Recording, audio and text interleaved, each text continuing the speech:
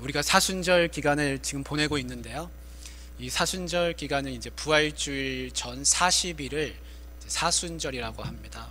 그래서 특별히 사순절은 예수 그리스도를 묵상하고 마음에 새기고 그런 기간이라고 할 수 있고요. 이 사순절 기간에 우리가 한 가지 나눠야 될 말씀이 왜 예수님이 죽으셨는가, 이 죄에 대한 부분에 대해서 같이 좀 말씀을 나누려고 합니다. 제가 그 그림을 하나 찾아봤었는데, 윌리엄 터너라고 하는 분이 1775년에 영국 런던에서 태어난 분이 있습니다. 윌리엄 터너라는 그런 화가가 있습니다. 이분은 주로 풍경화를 많이 그리고 빛을 묘사하는 데 뛰어났다 그럽니다. 근데 이분이 그린 그림 중에 노예선이라고 하는 그림이 하나 있습니다. 이 그림은 3분의 2는 하늘이고 3분의 1은 바다입니다. 하늘은 하얗기도 하고 또 저녁 노을처럼 붉기도 하고, 한쪽 하늘은 더 빨갛고 또 검은 하늘의 모습을 띠고 있습니다. 저 바다 끝에는 큰 배가 그려져 있는데, 바다 끝에 있으니까 작게 그려져 있죠. 배는 크지만 그 배는 폭풍우를 만나서 고전하는 모습을 하고 있습니다. 그런데 우리의 눈에 띄는 것은 저 하늘도 아니고 그 배도 아닙니다. 그 바다의 전면에 앞쪽에 그 바다 밑에서 올라와 있는 작은 손들입니다. 그림이 뒤에 이렇게 떠 있는 것 같은데요. 그 손들이 아마 보이실지 모르겠습니다. 바다에서 손들이 올라와 있습니다. 그래서 자세히 들여다보면 언뜻 보면은 그림이 이제 하늘이 많기 때문에 화려해 보이지만, 가까이 다가가서 오랫동안 쳐다보고 있으면 그 손들이 보이는 것이죠. 그러면 그 손들이 왜 올라와 있을까? 바다 밑에서 살려달라고 애원하는 손짓인 것입니다. 여러분, 어떤 상상을 할 수 있겠습니까? 한 배가 노예를 태우고 다니는 커다란 노예 무역선이 아프리카에서 노예를 태운 것입니다. 그리고 그 노예들을 가득히 태우고 바다 한가운데를 지나가는데 큰 폭풍우를 만나게 됩니다. 노예를 태운 그 선원들은 노예를 짐으로 여기기 때문에 그 노예들을 밖으로 다 내던져버린 것입니다. 그림을 내려도 괜찮습니다. 그림을 내려주시고요. 우리가 상상하는 이 그림은, 이 모습은 실제로 있었던 일입니다. 1781년에 한 배가 아프리카에서 노예들을 가득히 태웠습니다. 그리고 바다를 항해하는데 이유를 알 수 없는 어떤 질병에 걸렸는지 그 노예들이 하나 둘씩 죽어가게 되는 것입니다. 근데 노예가 죽으면 보험을 들었어도 그 보상을 받을 수 없었다 그럽니다. 선장은 그 노예들이 태우기 전에 다 보험을 들었죠. 근데 노예가 죽은 채로 도착하면 보상을 받을 수가 없습니다. 그런데 유실된 짐은 보상을 받을 수 있다는 점을 이용해서 132명의 노예들을 쇠사슬에 묶은 채로 그냥 바다에 다 던져버린 것입니다. 그래서 윌리엄 터너는 실제로 있었던 이 사건을 그림으로 나타냈던 것입니다. 이 바다에 버려졌던 노예들처럼 이스라엘 백성들도 한때는 다 노예의 삶을 살았던 사람들입니다. 애굽에서 애굽의 왕 그 바로 밑에서 학대를 받으면서 노예로 지냈습니다. 그 백성들이 애굽의 하늘을 보면 애굽의 하늘은 하얗기도 하고 붉기도 하고 검기도 했을 겁니다. 하얀 하늘은 애굽의 뜨거운 태양이고, 붉은 하늘은 그들의 피이고, 검은 하늘은 그들에게 있는 절망이었을 겁니다. 아, 하나님이 우리를 버리셨는가 보다. 우리를 돌보시지 않는구나. 그들이 아마 그렇게 생각했을 것입니다. 그런데 사실은 하나님은 결코 그들을 버리신 게 아니었습니다. 하나님이 모세를 부르실 때 떨기나무 가운데서 소명을 주시면서 하시는 말씀이 있습니다. 그 말씀은 뭐냐면, 내가 내 백성의 고통을 분명히 보고 그들의 부르짖음을 듣고 그들이 받는 학대도 내가 다 보았다. 내 백성 이스라엘 자손의 부르짖음이 내게 달하고 애굽 사람들이 그들을 학대하는 것을 내가 다 보았다. 그렇게 말씀하시면서 출애굽기 3장 8절에 보면, 내가 내 백성을 애굽인의 손에서 건져서 광활한 땅, 아름다운 땅, 젖과 꿀이 흐르는 땅으로 데려가려 하노라 라는 말씀을 하십니다. 하나님은 다 보고 계셨습니다. 하나님은 하나님의 백성 이스라엘 자손들이 그냥 노예의 삶을 살게 내버려 두지 않으시고, 때가 차니까 하나님이 내려가셔서 그들을 건지시겠다, 자유인으로 만드시겠다, 그렇게 말씀하셨습니다. 그래서 이스라엘 백성들은 출애굽을 해서 홍해를 건넙니다. 하나님의 기이한 일들을 보게 됩니다. 아, 하나님 살아계시는구나. 우리도 어떤 은혜를 경험하면, 아, 하나님 살아계시는구나, 하나님 진짜 계시는구나, 그걸 고백하게 되죠. 이스라엘 백성들도 하나님 살아계시는구나 하는 것을 경험하게 됐습니다. 그리고 홍해를 건너서 광야로 들어갔습니다. 자유인이 되지 않았습니까? 근데 그때부터 이 백성들이 이상한 모습을 보이게 됩니다. 그들에게 결핍이 있고 물이 부족하고 먹을 것이 성에 차지 않으니까 그때마다 그들이 하는 말이 이겁니다. 우리가 차라리 애굽에서 죽었으면 더 좋았었겠다. 그 말은 한 번, 두 번이 아니라 이 광야 생활을 하는 내내 입버릇처럼 하는 말이 됩니다. 그리고 심지어는 우리가 모세 말고 다른 지도자를 한 명 세워서 애굽으로 돌아가자, 그렇게 이야기하는 것입니다. 여러분, 만약에 누군가가 여러분한테 배부른 노예가 되시렵니까? 배고픈 자유인이 되겠습니까? 라고 묻는다면 여러분 뭐라고 대답하시겠습니까? 당연히 나는 노예가 되느니 차라리 나는 배가 고파도 자유인으로 살겠다라고 대답을 해야 맞지요. 근데 이스라엘 백성들은 노예 시절이 그리웠다는 겁니다. 그때가 더 좋았다, 그렇게 이야기했습니다. 여러분, 하나님이 왜 이스라엘 백성을 왜 건지셨습니까?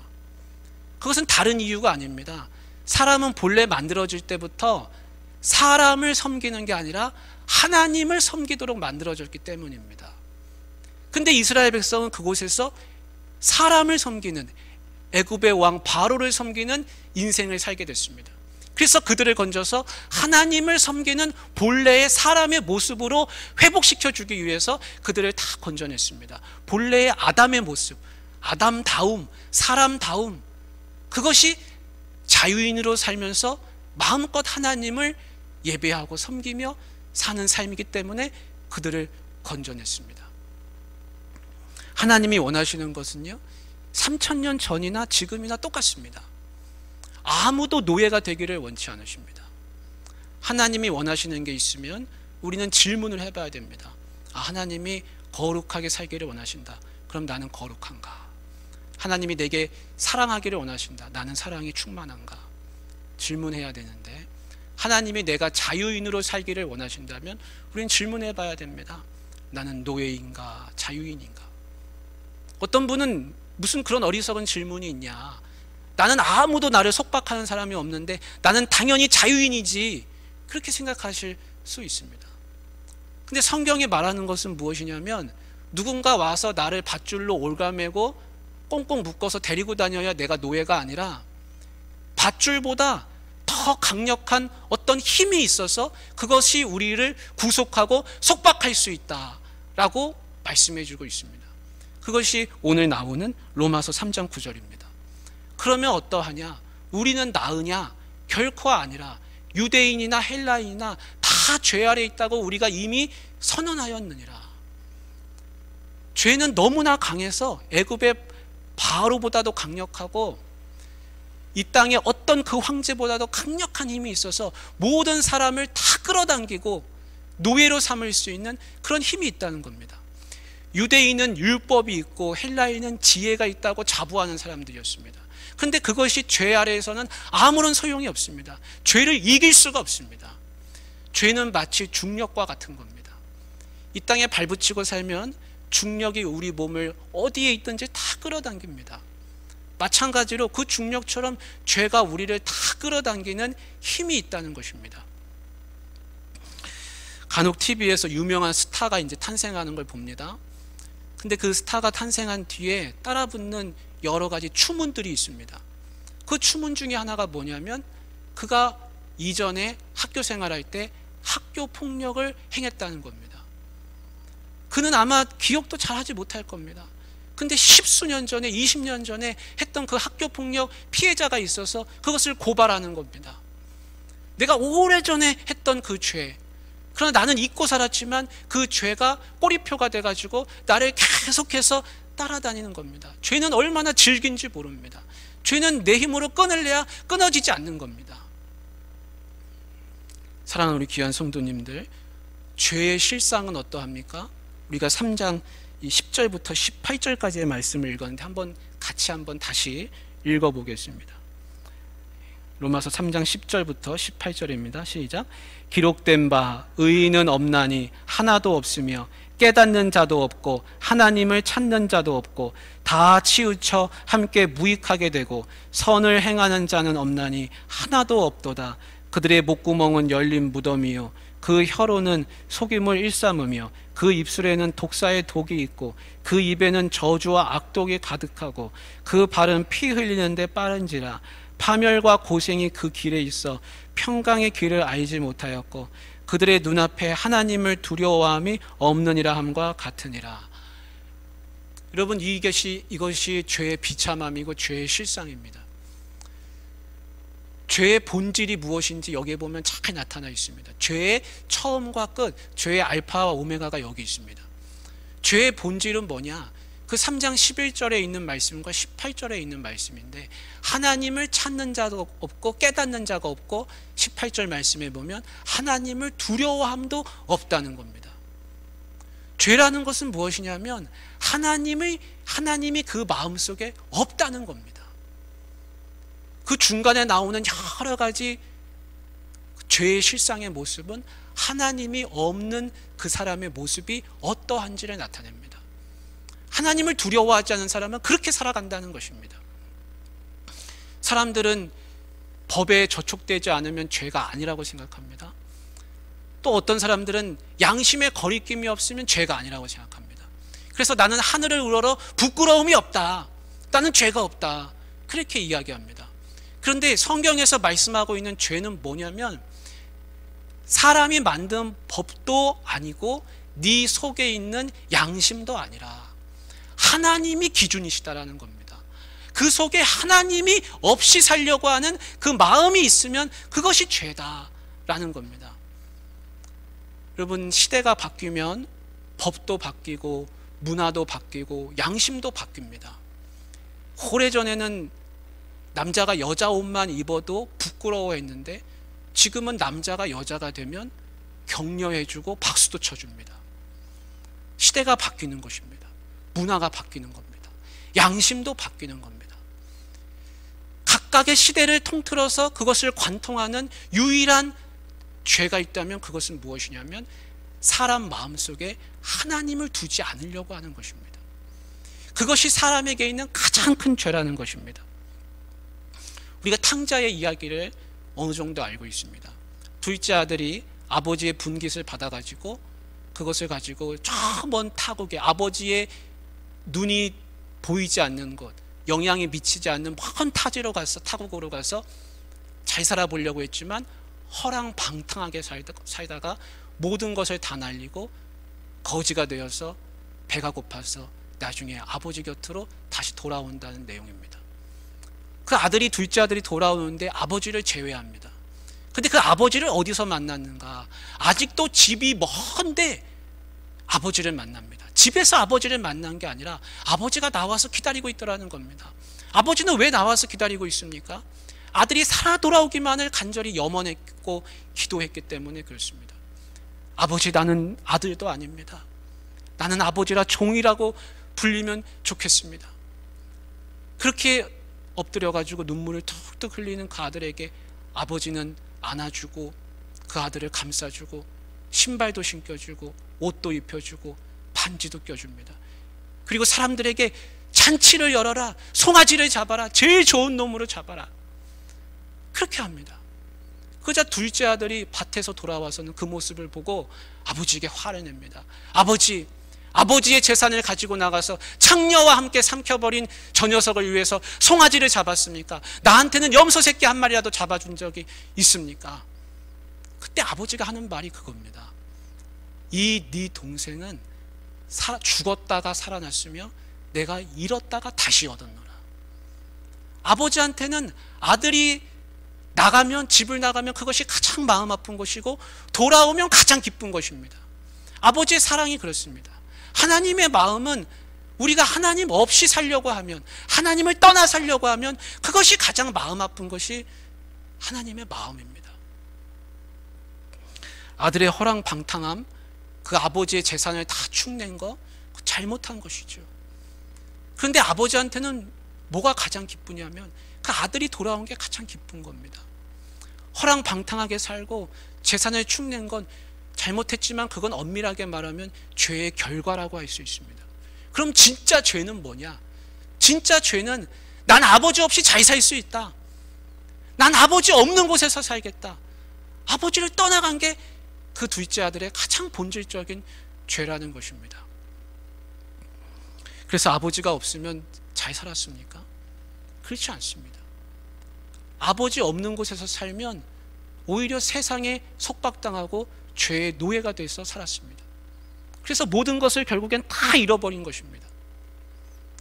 우리가 아까 그 그림을 보았는데요, 그 그림 속에 험한 파도를 만난, 폭풍우를 만난 그 노예 무역선 배가 한 척 있었습니다.